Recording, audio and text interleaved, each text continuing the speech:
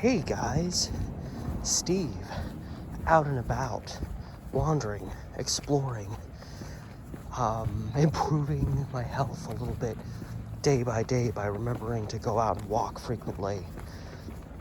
I did one of these 2 days ago where I wandered kind of southern edge of Portland in the southeast part of town, and I was kind of considering doing that again today, but didn't really wake up till like after 1.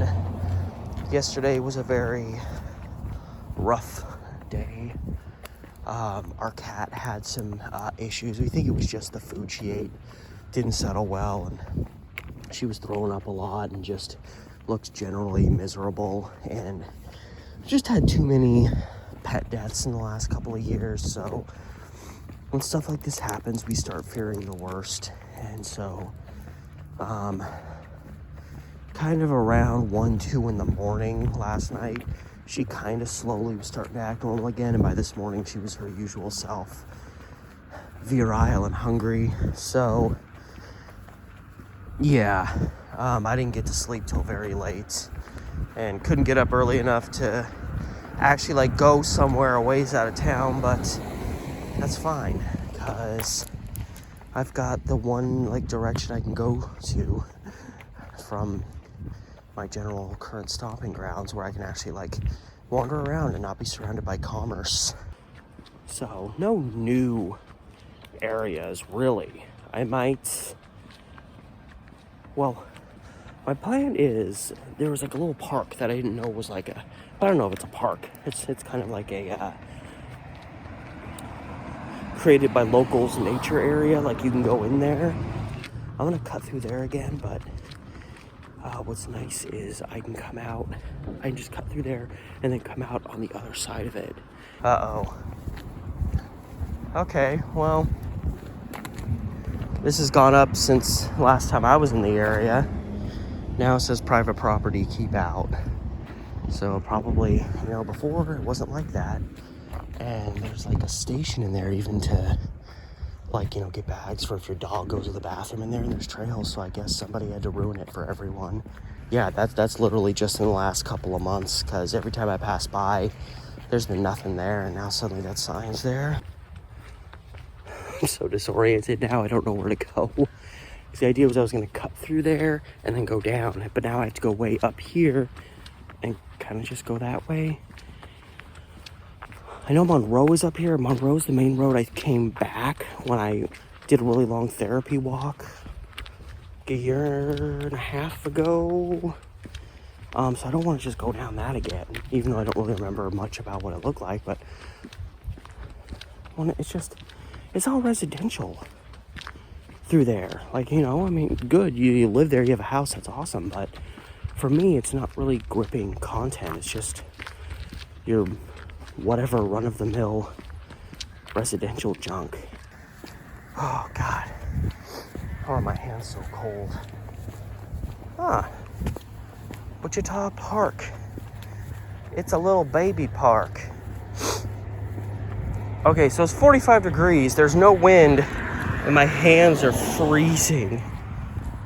Yeah, look, it's just a little park for the family. It's obviously a little too cold for some, myself included, to be out and about, but it's nice.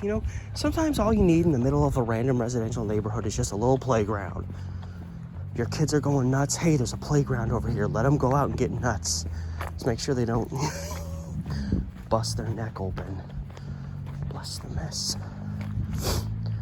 All right, so I'm still on Monroe. I'm trying to figure out where I'm gonna turn. It's so quiet. Well, it was quiet. Now there's a car coming behind me. It's nice when you can be in a residential neighborhood, especially in Milwaukee, and have it be this quiet. It's not the usual. Now somebody's cutting something. Coming up to, right before the road turns a ways down there, I'm going to turn south. That's where I'm going to let my flight take wings and just kind of meander my way south. All right, this is going to be the adventure of the 4 letter streets. I'm gonna turn down Wood right up here, then I'm gonna turn on Park, and then I'm gonna turn down Home and go down towards Railroad Avenue. I am shifting off Monroe onto Wood Avenue. So, I don't know where this is gonna take me. I'm letting Jesus take the wheel right now. Which is not really accurate since I actually looked this up on a map and made the decision myself. Ooh, V. A little rough around the edges, but probably still usable. It's an Alma Light XL. I say that like I know all the brand names of like RVs. I know like the main ones like Winnebago and whatnot. One of the few things I miss about being younger is after my grandpa passed away, he had this big old like lime green 70s Ford pickup that he had one of those tiny little campers on, and it was pretty nice on the inside. I mean, for a tiny camper, there was like a stove and a fridge, and you could even slide this little toilet out from under a closet and use that if need be. Dump no waste. Protect your groundwater. And I loved that thing. It was pretty easy to go camping in, you know, assuming you didn't have more than 2 or 3 people. But yeah, my summer after my freshman year of high school was just a bad time. I suffered through a lot of depression. I think a lot of it was just like, the summer's here and I don't know what to do with myself, and I'm 14 and I'm like, I was 15, and I'm growing, and I don't know, for some reason, the idea of just being alone all summer, I didn't think like, here's an opportunity to do something, be creative with my time, try to get out of my comfort zone a little bit. All I thought was, I'm just going to be alone all summer, because really up until my early 20s, I was not a person to take action. Very rarely was I a person, I got cat fur all over me. Very rarely was I a person to take action. So, you know, if I was sad and bothered about something, I kind of still accepted it as just it's the way it's going to be, and there's nothing I can do about it. And this may sound like it would add to the sadness or maybe not help. I spent like 2 weeks just staying in that camper. And it was actually nice. It got me away from my parents who, I mean, full disclosure, were not really helping me through that time. I don't really think, I mean, a lot of parents from their age, their era are like this, where they don't really understand when their kids are actually like dealing with really hard stuff that they can't overcome, and they're kind of just letting you be that way. I'm not saying they should have kicked me in the butt and said, go out and do something with your life. But, you know, like whenever people would ask about me, my parents would just be like, oh, Steve's just shy. You know, oh, he's just shy. When the reality is I was, you know, unless somebody was a friend of mine, I was borderline catatonic around people growing up. You know, if people said hi to me, my first thought was, how do I get away from this conversation as quick as possible? So I'd be like, hi, and then just try not to talk anymore. That's not really healthy, especially when you're not doing anything about it, and nobody's really trying to help you do anything about it. And I remember getting really annoyed at my aunt, because she was trying, like, she was just noticing that, like, I was really kind of antisocial around people. You know, family gatherings, if I was hanging out with my cousin or whatever, I'd be open, but talking to the adults, I was very, you know, shy and, you know, beyond shy, but very withdrawn. And my aunt started talking to my parents about, like, you know, I'm concerned about Steve and the fact that he's, you know, it's one thing to be like 3 years old and to hide behind your parents' leg when you meet new people. But when you're 15, 16 years old and you still like are just avoiding communication with lots of people, including even members of your own family, unless of course your family is doing something to make you want to be that way. So she started expressing, concerns about that. Like, I'm concerned about, his social development. And my parents, just brushed it off and didn't really pay attention. And I was annoyed, but I was annoyed because I was like, don't start putting thoughts in my parents' head to make me start doing stuff I don't want to do. So it's so funny that I was annoyed at that time by my aunt kind of pushing herself into that. But the fact of the matter is, she was 100% right. And so, the only way I even started coming out of my shell was I kind of just started forcing myself to. Once college came around, I think there was kind of that sensation that, like, hey, like, okay, it's kind of like, I'll see some people I went to high school with at school, but it's going to kind of be a fresh start. I'm not going to know a lot of people. And I feel like that's what I needed, was a fresh start. Not like oh, if I just run away somewhere I've never been, all my problems will go away. But more, I had a really hard time if I was really shy around people. I had a lot of anxiety about changing that. Because I was like, well, they already know me this way, and if I start acting this way, they're gonna think I'm weird. And yeah, up until I was about 18, 19 years old, I just tormented myself with my fears about what others thought about me, when most of that is completely irrelevant. So this is home, but I'm actually gonna process forward. It looks like actually I think it goes into a school. It's okay, I can turn south if I need to, I'm not screwed. Because I saw there's like a little path here, but I think it leads into a school, and it is Thursday today. I think that's a school. So actually, no, it implies that this just takes you by a community garden. I see playground equipment, so we'll see.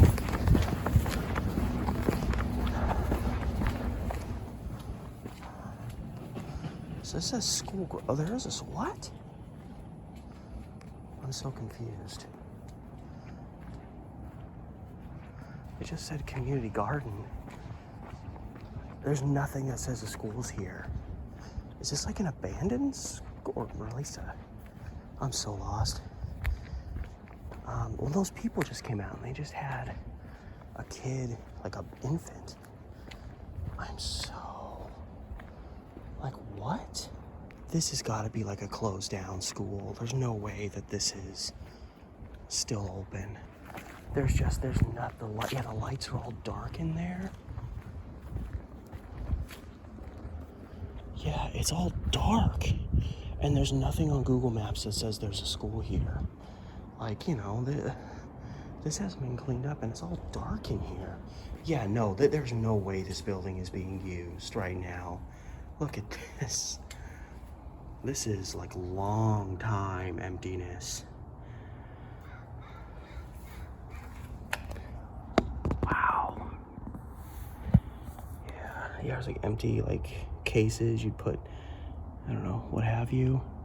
Yeah, there's literally cobwebs in this light. You can't really see it that well. God, I keep stumbling onto random stuff like this. I stumbled onto an abandoned, at least it looks abandoned, like kind of sports complex. I'm wondering if the portion down there is still functioning because there's lights on. I mean, that's still good, I guess, for... But yeah, this place has been thoroughly neglected. I was gonna say neglected. And it's right in the middle of town, and like, this equipment doesn't look that old. At least the colorful parts, the rest kind of look beat to hell. Yeah, this has got cobwebs like inside the building. I wonder if this is like an annex building, because there's not a lot here. Restrooms, like nothing's in use here. These are all emptied out. Fire extinguisher's still there, I guess that's a good thing. There's nothing here.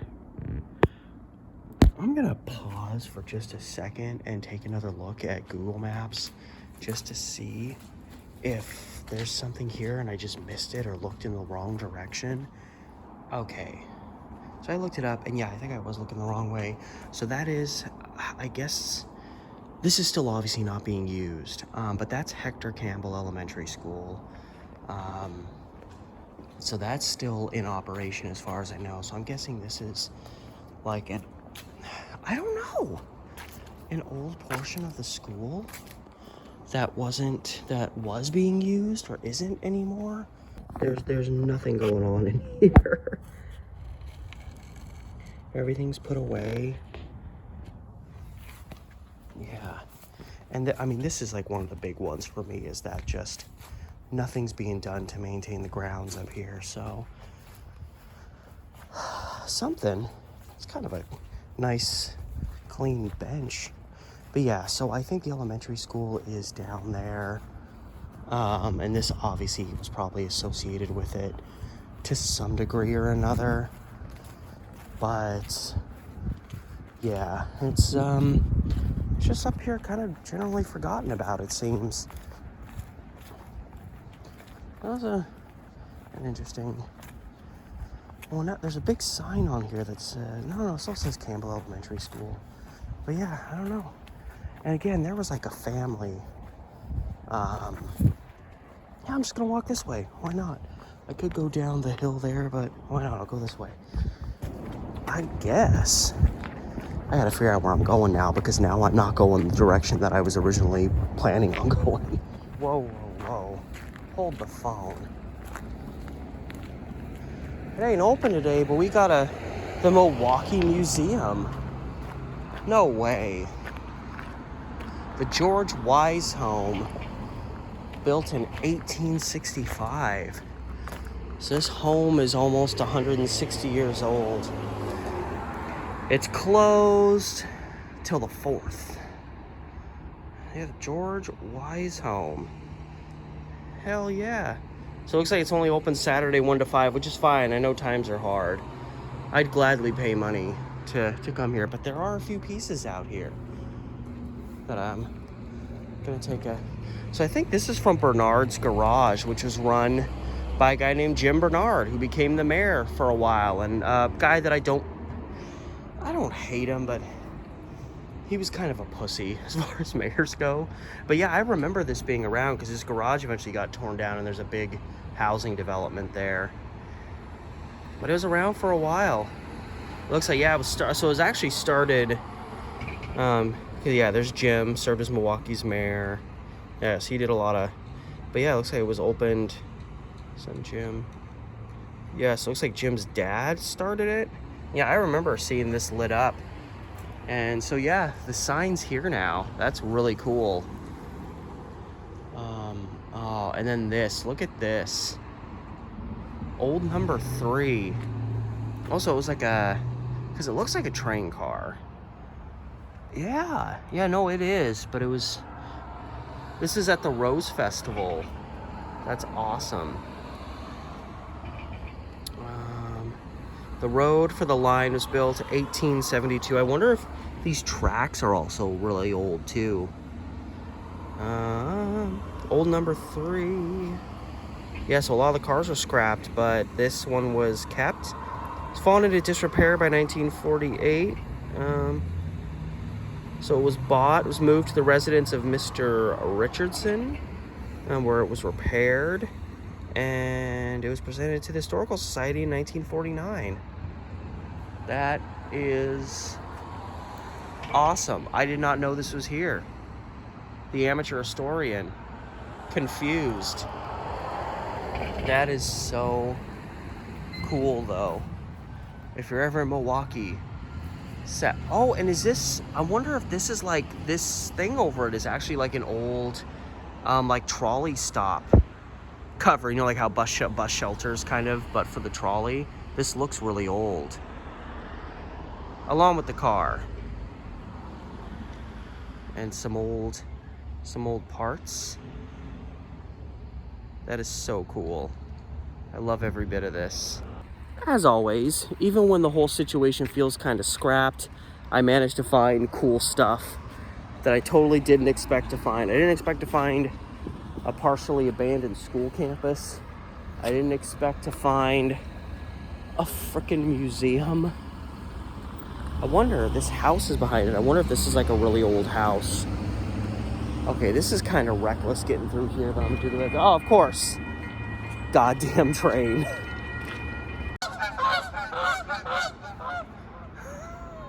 Man, they were out. And so I just paused to do a little side video at this place here, the Minthorn Nature Area. Now I'm gonna pay a visit, or at least pass through the this area. One thing I'm wondering is if the McGrath's is still here, which McGrath's was a restaurant. I only ate there once. But it closed a good many years back. This area is still bumping. There's like a Planet Fitness, a Dollar Tree. One of these one of these stretches, it may be where the Tuesday morning is over there by the Dollar Tree. Oh, there used to be a Hollywood Video here too that me and my friend would go to on a whim way back in the day. There used to be a Super Play here, which was kind of a knockoff Discovery Zone, you know, big play area for kids to go nuts. And I had my 9th birthday there. And I don't think it was there too much longer after that. But yeah, here's McGrath's. It's still sitting here empty. All I remember about this place is after I ate here, the one time I ate here, there's like a little something over here, and there's a bunch of nutria in here. There's also a guy just smoking over there. But yeah, it says McGrath's permanently closed. And you can see there's still like leasing signs on the building. Building doesn't look like it's in too bad a shape. But yeah, and it's like a fish character. And I think that was because I think it was mostly a seafood place. Huh, got a clothing drop off. Yeah, no, the Tuesday morning over here, that was where the Hollywood Video was, I want to say. At least it was close to there. Maybe the Super Play was next door. That's what I'm thinking. Restoration going on here. And here's where all of the geese went that passed me over. Oh yeah, Minthorn Springs Pond. Stocked with fishery, rainbow trout, and geese, of course. This is the lookout. When everyone's doing their own thing, there's always the lookout. You make for a beautiful picture. I gotta tell you that. Come on. Give me angry goose. Give me sassy goose. And flash. Not impressed by me one. But yeah, in the past I've seen nutria in here. Are you the security guard? That makes a lot more sense. There's sensitive development there. Don't mess with it. He's standing here saying, "Move along, sir. I don't want to have to ask you again." Fair enough. You're great at what you do. But yeah, there's actually, I was going to say it looks hustling and bustling, but there's actually quite a few empty units here.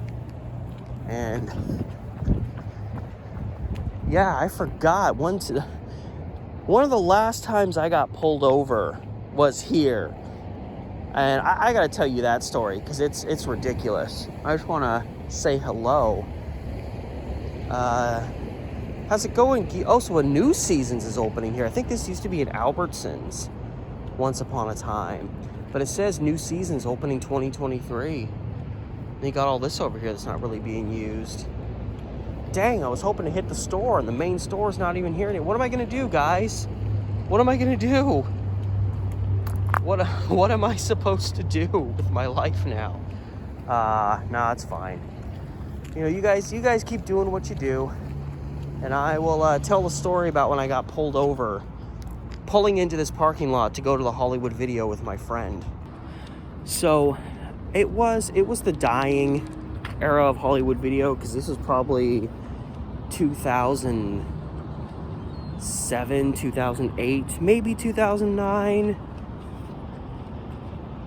And me and my friend, I was driving around with my friend, and we pulled in to go to the Hollywood Video there. Now, I had not been working very long and wasn't making very good money. And so I'm just broke, and I had a general fear driving those earlier years of like the police following me and stuff. But I think a lot of it was I just didn't want to have to get a ticket. It was almost more the drama of having to potentially like go to court and deal with all that stuff, because I don't know, I guess I get a lot of anxiety about that because I'm not used to it. Me and my friend went to court for the trespassing thing. I agonized over that for the weeks leading up to it. But so as I'm pulling in, police car pulls in, flashes the lights, and I'm like, oh God, no, I can't afford a ticket now.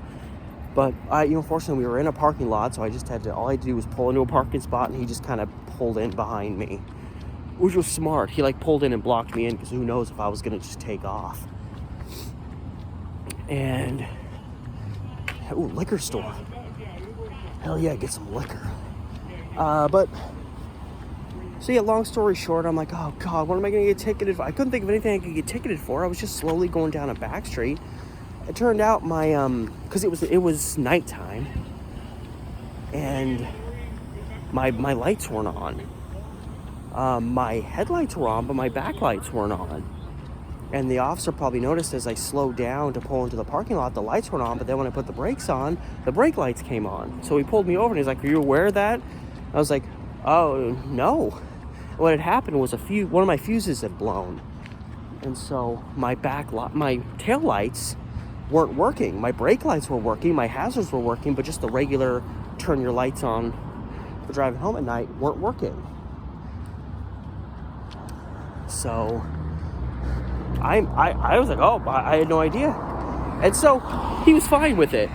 He was just like, just make sure you fix that as quickly as possible, because it's obviously not safe to be driving around without your taillights on. People, especially I had a dark blue Honda, like it was already hard enough to see in the dark. So that's not the ridiculous part of the story. The ridiculous part of the story is how I chose to get home. So I'm like, oh, I gotta be super duper safe now about how I get home. I don't want to get rear-ended by someone and then get, blamed for driving negligently. So here was what I decided to do. This seemed logical in my mind. It seemed logical in my friend's mind who was with me, because he didn't suggest otherwise. So the logical thing would have been to turn my hazard lights on. The hazard lights are constantly on. I cautiously make my way home and deal with the problem. Turning my hazard lights on apparently didn't even occur to me. So, hold on, I gotta cross here. So, I decide, where the hell did that car come from? There was nobody there, and then that guy just came out of freaking nowhere. So, I decide, and it wasn't too far, but it was at least, because I had to drop my friend off and then go home, it was at least 6-7 miles of driving I did. I drove with my foot like gently on the brake, just enough to where it wasn't really slowing me down, but applied enough to where it activated my brake lights. So I drove the whole way home with my brake lights on so that people would see me, which actually, in addition to being stupid and a lot more exhaustive in effort than just turning your hazards on, is somebody who wouldn't know any better or somebody not paying attention wouldn't be able to tell when I was actually slowing down, because I could be going full speed and still have my brake lights on, so that when I actually put the brakes on, you wouldn't see the brake light and you wouldn't see the light in the back get brighter. So actually I was creating a scenario where I was actually a little bit more likely that I might get rear-ended, because especially at night, someone might not be able to tell when I was slowing down. I mean, I made it home just fine, but that's just me. It's just part of who I am. Sometimes when I get into a stressful situation that's really not even that stressful, I just stop thinking clearly and don't pursue clear and obvious solutions to things. I'm a lot better about it now than I was then. But You know, it is what it is. Oh, we got Kimmy's Market up here. I've passed by this place hundreds of times, never been inside. I just need to grab a few odds and ends. So this is a perfect time. I miss going into beat up, sketchy little markets. It's, well, because they usually have like options you can't find at other places. Like, I freaking love it. It's like you're going into this shabby little corner market and then you're going on a treasure hunt. Maybe I just get too easily excited about things. What if I just stormed into this place? It's just like, where's Kimmy? She owes me money. Hello.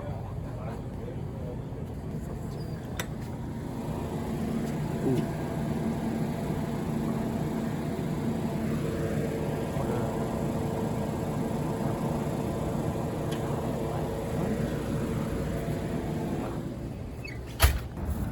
All right. I got what I needed, even what my girlfriend asked for. I was like, oh, she wanted some Cheetos. Please tell me that. How do you not have Cheetos? Hello. Wait, what bus is that?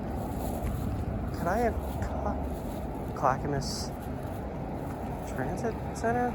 Can I get there in time? No, I don't think. No, that bus turns. I was gonna say, this bus up here runs so incredibly rarely. And it does go to Clackamas, but it turns at that stop up there. Because I just saw the 33 come through. So I know I got at least like 10 minutes. I was like, man, I could have caught the 152 that's turning up there now, because nobody takes that bus. It's like heaven. But yeah. Rough over there. I give Kimmy's Market like a B+ for sketchy little corner stores. You know, it was pretty small. It could have had a slightly better energy drink. Oh, there goes the 75. I could have caught the 75 too. Whatever, no big deal. But it had a pretty good choice selection. There was a few Rockstar flavors there that I usually don't see in a lot of places. And it had the Cheetos I need to get for my girlfriend, so I wouldn't have to do a secondary stop at another store. So, yeah. Kimmy's Market, on the grading scale of sketchy corner convenience stores, gets a B+. Downtown Milwaukee is just dead ahead, but I promised to spend some quality time with my fiance, and it's already pushing 4 o'clock, so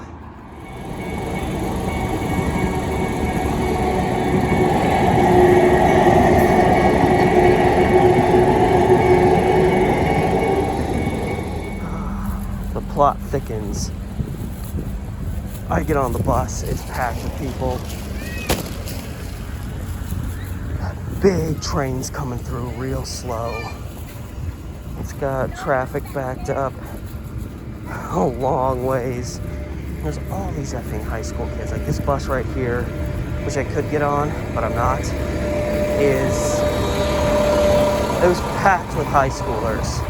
They're screaming and breathing all over me, and I saw that the 152, which nobody rides on, is behind us, and as we're sitting there waiting, I think I can get off, backtrack. It ain't gonna get here anytime soon because there's so much traffic, and I'm gonna back up to here, and I'm just gonna catch the 152. The train just finally passed, traffic's finally going through. The funny thing is, here comes the 152, which should have been running about 12 minutes behind the one I was already on. I'll probably get to Clackamas Town Center before the bus I was just on, getting on another one.